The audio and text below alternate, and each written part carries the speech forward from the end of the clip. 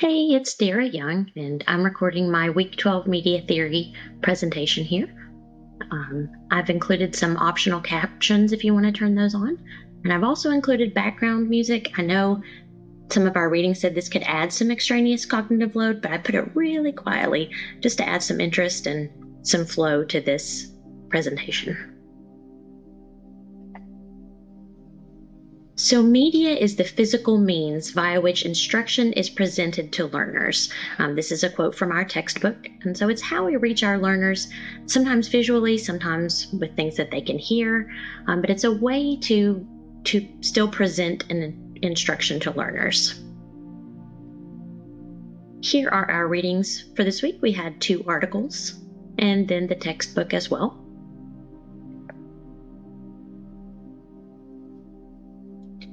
The topics we'll cover include media and learning, and those subheadings are conduits of content, language and learning environment, media theory and instructional design, and that will include media selection and media use, and then research, media theory, and instructional design.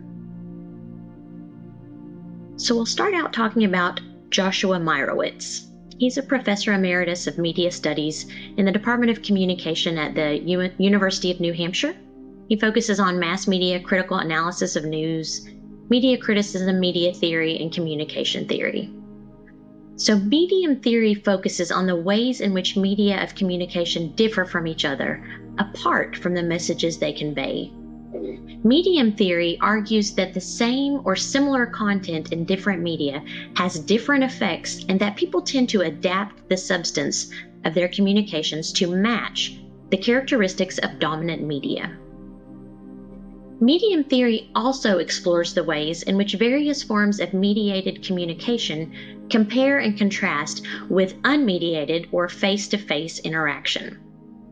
There are at least 3 different types of media literacy, each linked to a different conception of what we mean by the term media. The notion that media are conduits that carry messages points to the need for media content literacy.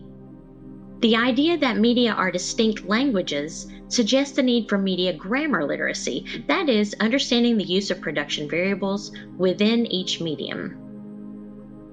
The conception of media as environments suggests the need to grasp the influence of the relatively fixed characteristics of each medium, both on individual communications and on social processes in general. Medium literacy in particular offers some special thought into the origins, problems, and possibilities of the media literacy movement. So media as conduits of content, representations of reality, and you can see some pipes down here. I found this pipe graphic to how media are transmitting messages here. So instruction is the process of providing specific experiences that help students form generalized concepts. These concepts can be abstract knowledge, which is verbal information. They can relate to motor and intellectual skills, which are cognitive strategies, or they can become the foundation of attitudes. So let's talk about elements of realism. Hoban and Zisman in 1937 said, "The value of visual aids is a function of their degree of reality." Mediated instruction is designed to create realistic learning experiences. If these experiences are rooted in everyday problems and have sensory representations that reproduce real-life activity and events, they contain the elements of both fidelity and accuracy. This is Heidi Klum with her wax figure. The figure is accurate in her physical characteristics and is faithful in how Heidi dresses and arranges her hair. The wax figure has both fidelity and accuracy. If experiences are designed so that the viewers feel representation and occurrence are happening at the same time, the experiences have the element of being there. A prime example of this effect occurs with virtual reality. So in this, the student is inside the environment. Presumably she's forgotten that she's actually sitting at a desk with the VR goggles on. She's actually thinking that she is inside this environment that is showing here. An early attempt to describe the role of media in instruction is Edgar Dale's 1946 Cone of Experience. So Dale served as professor at Ohio State University. He also served as president of the Division of Visual Instruction of the National Education Association. And the reason I mention this is because that association is now known as the Association for Educational Communication and Technology, so AECT, that we're a little bit more familiar with. In his first edition of Audio-Visual Methods in Teaching, Dale introduced the Cone of Experience. His work is the beginning of realism theory in media. The cone visualizes the role of media as links between actions and symbols. It places different educational media and methods in a continuum from the most concrete experiences at the bottom to the most abstract at the top. When a learner moves from direct and purposeful experiences to verbal symbols, the degree of abstraction gradually grows, and as a result, learners become spectators rather than participants. The implication is that the abstract concepts are easier to grasp if they are first presented as concrete examples and experiences. In some circles, it is known as the learning pyramid. It is also commonly misrepresented.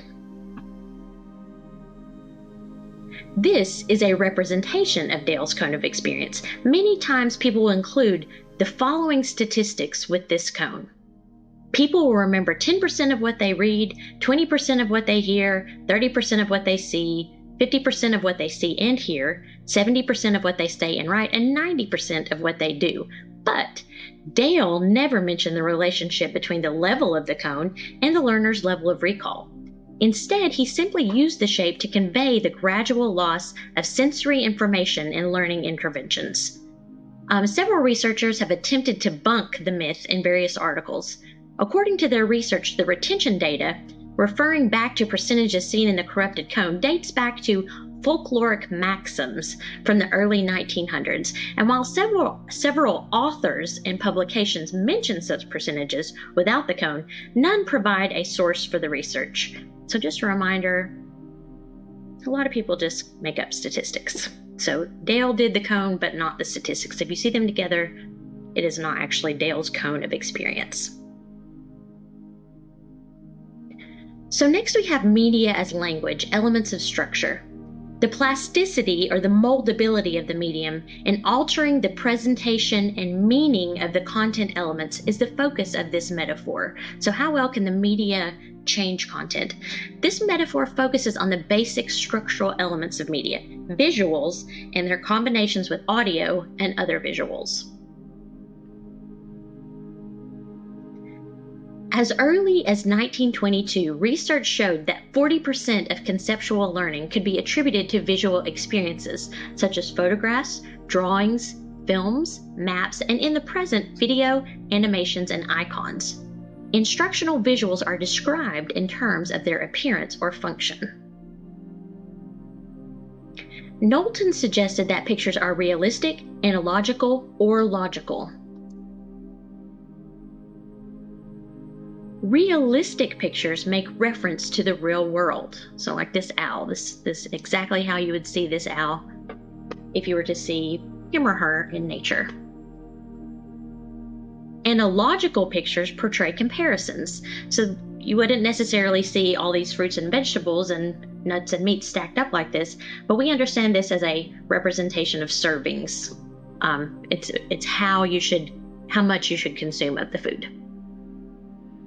And then logical pictures include schematics and maps that visually depict processes. So this maybe would show an electrical scheme, how you would put wires together. You wouldn't look at this and see wires, but you would see how to put them together. And that's how a logical picture works. Du Chastel's instructional visuals. Du Chastel regards illustrations as one of the three main roles in instructional texts. So the role can be attentional. Attentional pictures render readings more agreeable, so they make reading more fun, and develops interest in the topic discussed. Some common examples include cartoons and pictures of famous people. Explicative pictures explain in visual terms what would be cumbersome to explain only in verbal terms. These include mainly diagrams. Explicative pictures have 7 functions. descriptive, in which they show what an object looks like, expressive, so that they make an impact on the reader, constructional, so how parts work together, functional, these visually follow a process, logico-mathematical, these are often curved graphs or other mathematic representations, algorithmic, which shows a range of possibilities, and data display, these are usually pie charts, histograms, dot and flow maps, other things that you might make in Excel. Retentional pictures turn ideas into pictures for better recall. So this picture has turned the brain into a puzzle. So if you put those parts together, you might visualize how parts of the brain connect to each other. The overall conclusion from both interpretations is that illustrations add to the learning process by motivating, facilitating understanding, or helping learners recall information. Even though visuals mostly add to the instructional process, some research has shown that not all visuals will add to instruction, and some can be distracting. However, sometimes this extraneous cognitive load increases engagement. As a reminder, extraneous cognitive load from our Week 7 readings is load that is not necessary for learning and can be altered by instructional interventions. Skolmosky and Shu talk about some challenges to extraneous cognitive load that I will discuss on the next slide. In order to actually promote the desired learning outcome, the different types of cognitive load must be in alignment with the germane processing needed for a learning task. To this end, they propose that aligning cognitive load with desired outcomes will be helpful for practitioners to use emerging technologies while minimizing distractions. So let's talk about those challenges they mentioned. Moderate degrees of interactivity can induce interest in a topic, but complex patterns can be distracting. Immersion or virtual reality can greatly enhance enjoyment, motivation, and specific learning processes such as transfer, while it may leave other outcomes unaffected. Importantly, immersion is linked to a certain degree of extraneous load, but at the same time, this small cognitive cost can lead to substantial benefits, again, delivering support for a cost-benefit approach. So when you're thinking about designing instruction, just because something may add a bit of load doesn't mean that you should leave it out. You have to think about what is the benefit and what is the cost and compare those two. This one really surprised me. Disfluency. So this is something like unreadable fonts or degraded image quality can sometimes, counterintuitively, increase learning engagement because the unusual way the info is presented causes the learners to more carefully analyze the media. So they might squint to see what's on the picture, and therefore they're a little bit more engaged than if they see the picture, it's clear, and they skip over it in their mind. Researchers recently found that when realistic and schematic visualizations are presented alongside each other in a learning task, the retention performance for the realistic parts of the learning material is higher.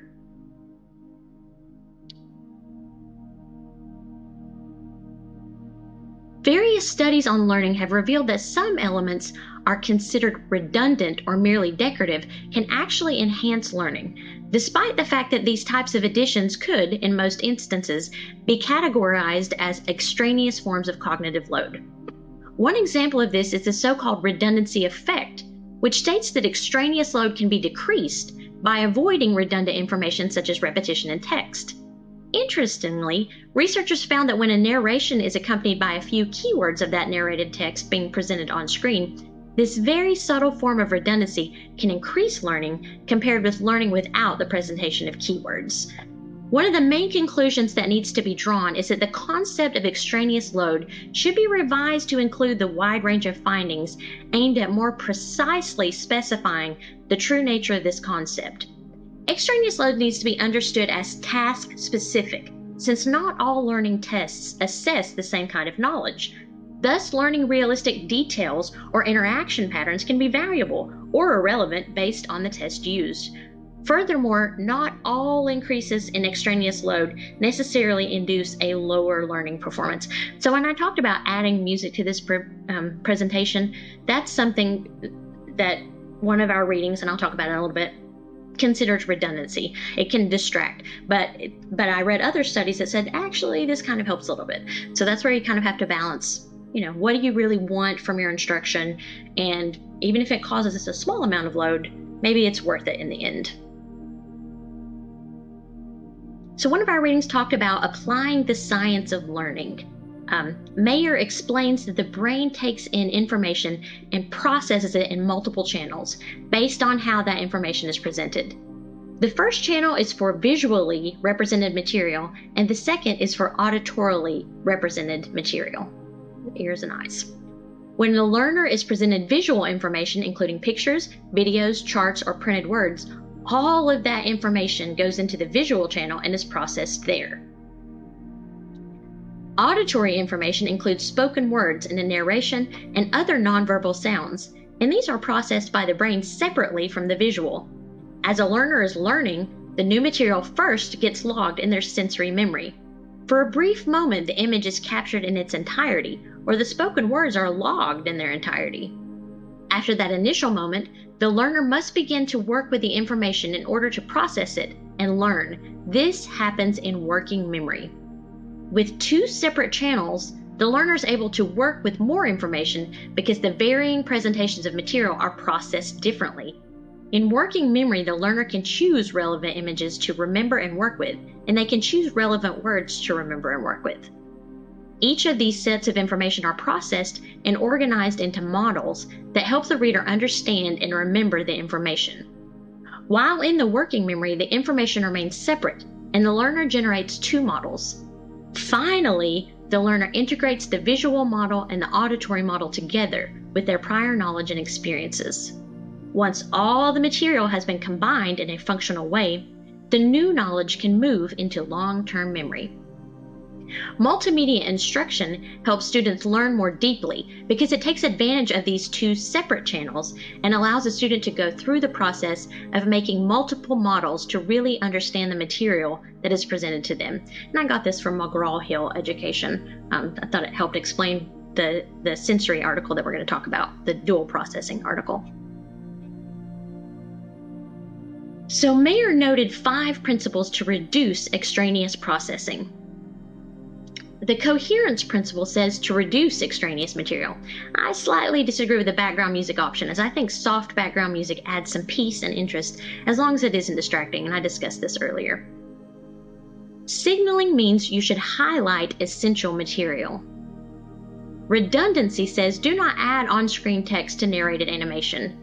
I would disagree with this one as well, especially when it comes to optional closed captioning. So this is where we talked about a few minutes ago, maybe extraneous load needs to be slightly rethought.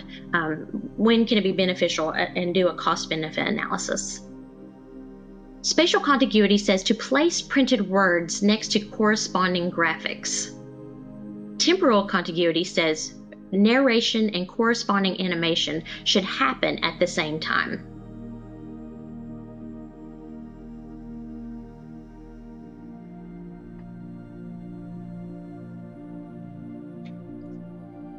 In multimedia learning, information is presented in 2 or more formats. There's a dual processing theory of working memory that includes the following assumptions. Working memory includes an auditory working memory and a visual working memory. So this is a recap of what we talked about before. Each working memory store has a limited capacity. Meaningful learning occurs when a learner retains, organizes, and makes connections between representations in each store.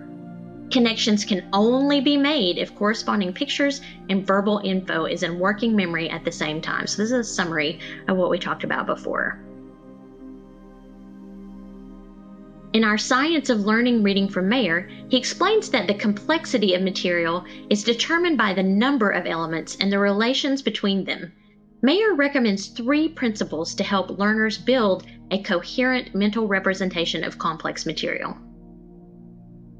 Segmenting is presenting animation in learner-paced segments. So don't do too much, don't do long pieces. Chunk it into small bits of information. Pre-training adds a pre-lesson that talks about the name, location, and characteristics of different components before an animation. Mayer uses the example of brake tubes, brake shoes, and other parts of the brake system before showing a video.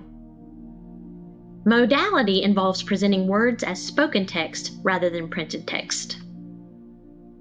Now that we have reduced cognitive load, Mayer says we have some cognitive capacity available for generative processing, or allowing students to make sense of the information they have consumed from their learning material. He tells us two principles to foster generative processing. Multimedia dictates that we should present words and pictures rather than words alone.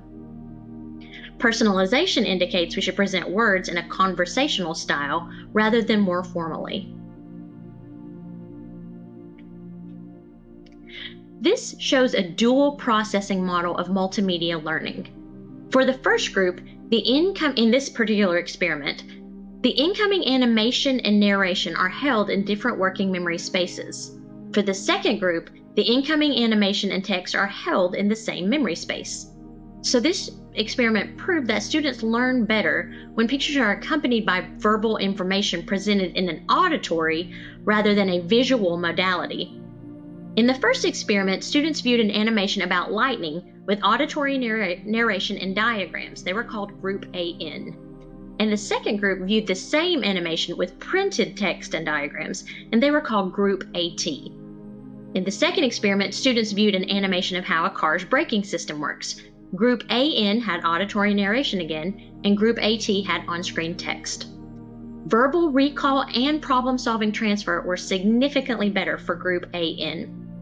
According to a generative theory of multimedia learning, active learning occurs when a learner engages three cognitive processes: selecting relevant images for visual processing, organizing words into a coherent verbal model, and organizing images into a coherent visual model, and then integrating corresponding components of the verbal and visual models. The limitations of this study were that the instructional episodes were short, the participants were college students, and only how it works material was used, so do-it-yourself kind of thing. This study connects the design of multimedia learning environments with basic cognitive theory. That was one of our readings this week. So the second topic is media as a learning environment, interacting with technology. The media ecology approach is based upon the assumption that media are not just tools that humans use, but they create their own environments. They shape perceptions, discourse, and social behavior patterns. This reminds us of general systems theory, which says, when a new factor is added to an old environment, we do not get the old environment plus the new environment, we get a new environment. We learn from technology, but in this case, we are examining learning with technology. Understanding Media, first published in 1964, focuses on the media effects that permeate society and culture, but McLuhan's starting point is always the individual, because he defines media as technological extensions of the body. The message of any medium or technology is the change of scale or pace or pattern that it introduces into human affairs. He used the railroad as an example. The railroad didn't introduce movement or the idea of transportation or the wheel, but it accelerated and enlarged the scale of human functions. It did that regardless of its location or climate or why people are traveling, whether for work or leisure. He also says the content of the medium blinds us to the character of the medium. For example, IBM realized that it was not in the business of making office equipment, but in the business of processing information, and that changed its entire trajectory. McLuhan compares media study during his time to Hans Selye's stress theory of disease, which considers the body and its environment. The latest approach to media study considers not only the content, but the medium and the cultural matrix within which the particular medium operates. By speeding up the mechanical, movies took us from sequence and connections to creative configuration and structure. Now, with current video technology, we see a pervasive influence of this medium on our minute-to-minute lives. He compares movie effects to the art movement, Cubism. Instead of showing perspective, Cubism gave viewers an instant sensory awareness of the whole. One comparison he makes of the medium of message is two cultures' adoption of the print medium. In France, most citizens adopted print and became a very uniform culture. Now, this was in the early 1800s.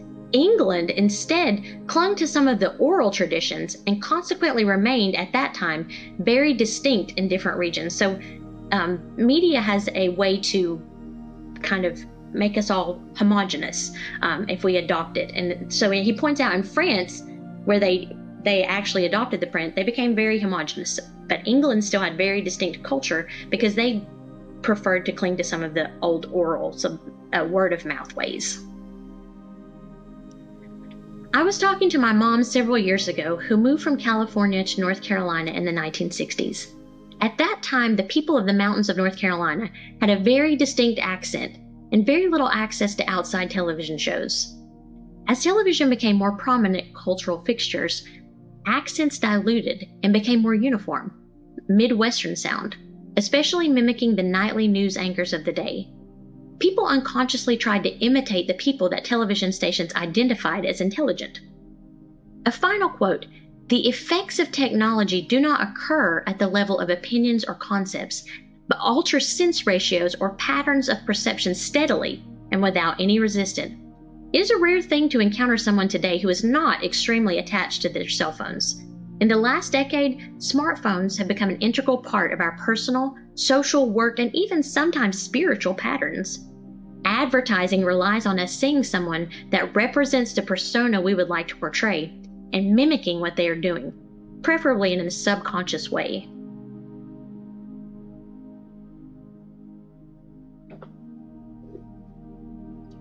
The inherent characteristics of a medium is its symbol system or the way it structures and presents information.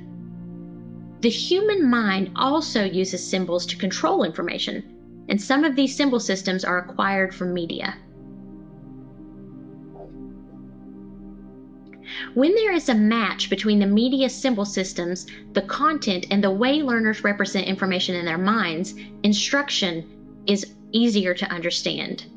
This is a manifestation of complex interactions between treatments, i.e. the media, and learners, the aptitude treatment interaction effect. This theory by Lee Cronbach and Richard Snow has three main principles for instruction. Aptitudes and instructional treatments interact in complex patterns and are influenced by task and situation variables. Highly structured environments tend to be most successful with students of lower ability. Conversely, low structure environments may result in better learning for high ability students. Anxious or conforming students tend to learn better in highly structured instructional environments. Non-anxious or independent students tend to prefer low structure. When applied to media, Solomon proposes the media attributes theory, saying using certain media and taking advantage of their attributes can create new cognitive skills. Solomon further says, if media characteristics are considered to serve diverse ends, then common outcomes are transcended in order to focus on the different functions that they could serve. When I was searching for more information on ATI, I stumbled on this database from Syracuse University. Take about 10 minutes to look through it. The link is in the comments section of the video and here as well.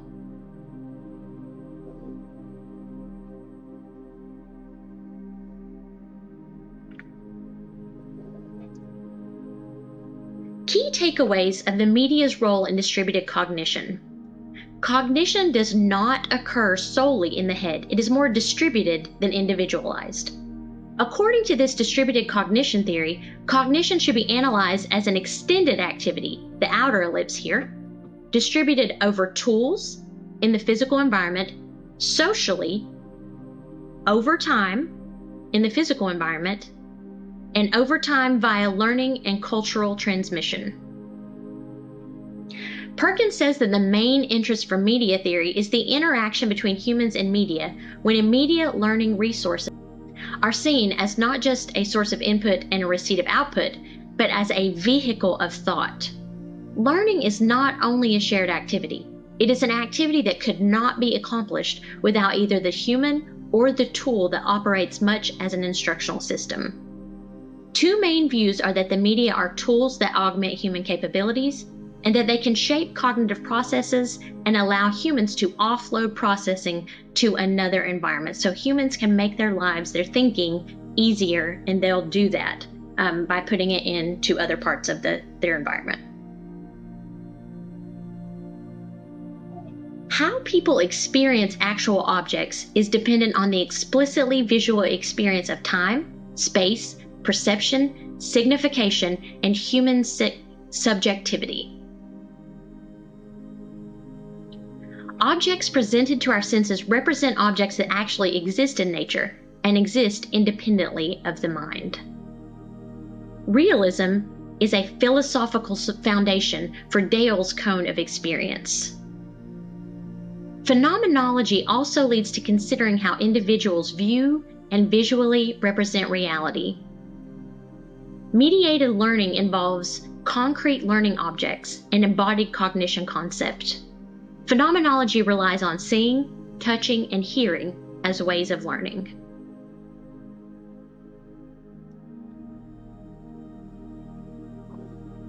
Mediated instruction encourages individual instruction. These are the views of Vygotsky and Fierstein. Humanism places primary value on the individual. And here's a key takeaway. Distributed cognition is seen as the bridge between individual and social cognition, since, as Schwartz says, distributed learning occurs between individuals in the context of the sociocultural rather than in the head. There are two major ways that media is integrated into the instructional design process. Media selection is a critical piece of instructional strategies design. Media use is not highlighted in ID models, but it is incorporated into delivery strategies.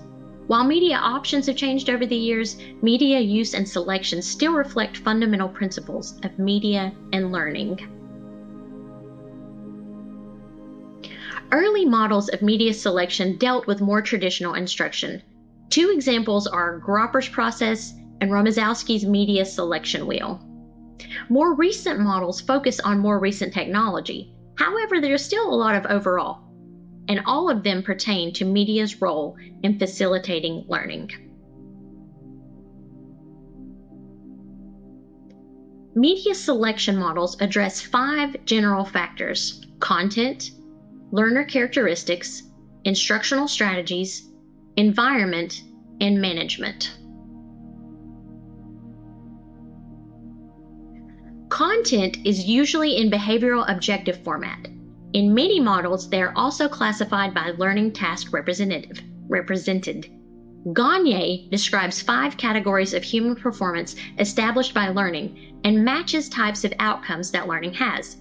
Intellectual skills are knowing how or having procedural information. Verbal information is being able to state ideas, knowing that, or having declarative knowledge. Cognitive strategies is having certain techniques of thinking, ways of analyzing problems, and having approaches to solving problems. Motor skills are executing movements in a number of organized motor acts, such as playing sports or driving a car. Attitudes are mental states that influence the choices of personal actions. In 2005, Gagne's team added learned capabilities, events of instruction, instructional delivery methods and strategies, and effective media to this. When considering media, you have to think about who will be using it. Reiser and Gagne's model has media suitable for readers and non-readers. Gagne talks about learner age in the media selection decision. Romaszowski considers learning style impact, and Huddleston and Pike talk about student confidence. Ideal instruction in the early years was individualized instruction. Reiser and Gagne created a model with a decision path for individual instruction, and another for group instruction. The Air Force strategy relates to the function of the learning task. Function has been interpreted in terms of the medium's capability, sound, sight, etc. Another way of interpreting instructional strategy is as one of Gagne's events of instruction. Newer models often make the media decision in terms of the interaction required. The instructional environment can direct designers to a particular medium. Lashin, Pollock, and Rigoluth emphasized learning contexts such as group size. Romazowski talks about the availability of resources and environmental conditions for media. Gagne and the Air Force both talk about instructional setting bearing a resemblance to transfer setting. So make sure that your setting that you're teaching in can have at least some resemblance to where it's actually going to be used. Huddleston and Pike talk about connectivity issues, and as we can see from our talk last week about motivation theory, these things matter. If you're not thinking about cost benefit and you're not thinking about connectivity, then you're not thinking about your user, and some really great learning will be lost because of this. Managing media is often considered within contextual analysis. Sometimes these are issues of practicality. Cost effectiveness is a huge driver in this area. Storage facilities, technical support, teacher training requirements, and general disruption are other factors to consider with limited bandwidth in classroom facilities. I had uploaded some really nice interactive videos to our LMS, our learning management system, but they used too much bandwidth and caused the site to crash for some users. I had to upload them to YouTube so users could select the resolution that worked best with their internet capabilities. And in terms of effort, the article that Dr. Kim talked about last week with the researchers in the H5P environment, you have to think about, does the user know how to use it? And if they don't, will they put forth the effort to learn? It's part of motivation theory we talked about. Huddleston and Pike see the learning task as the factor that shapes the process. Any grouping strategies depend on media attributes that can support interactions or transmission of information. Instructional interactions depend on whether the learning experience is synchronous or asynchronous and where the students are located in relation to each other. The learning context is not just delivery, but also support, maintenance, design, and development. Instructional management is scheduling, allocation of resources, and includes the use of a learning management system. The Callodine technology selection method is directed toward learning that is flexible in terms of time or place. Media systems are required to manage interactions. This model emphasizes a combination of learning activities and learning selection. Technologies are either one-way interaction, which are representational technologies, or collaborative, which are two-way interactions. Intra-action refers to interaction within the learner, like reflection or critical thinking. Technology selection is influenced by the capabilities required and the costs. Media and technology are selected by analyzing and matching all of these factors. So I made another model comparison list because this helps me most of all. I made it from the picture in the book that we had, but visualizing these things helped me learn the most. So as technology has evolved, media use has two major functions. It serves as a vehicle of instructional automation, as covered in works like Sidney Pressy's Automatic Teacher from the 1920s, and Skinner's machine-employed programmed instruction based on his behavioral theories. Computer-based media also has assumed a dominant role in instruction. Advances in computer-based media have been influenced by changes in technology and by pedagogical and psychological theories, especially as advocates of constructivism, anchored instruction, and situated cognition were early adopters of this technology. You can see all of the models consider behavioral objectives and, not unexpectedly, media capabilities required. Only the more recent models consider co-location and interaction requirements, which is expected based on technology advances. Gagne's models are the only ones that incorporate events of instructions. Only 4 consider management, and only 3 consider motivation, which was surprising to me. Technology-enhanced learning environments are technology-based learning and instructional systems through which students acquire skills or knowledge, usually with the help of teachers or facilitators, learning support tools, and technological resources. They are usually learner-centered with a high degree of learner control. They usually use strategies that reflect experiential or situated learning principles and individualized methods. They employ a lot of immersive technologies.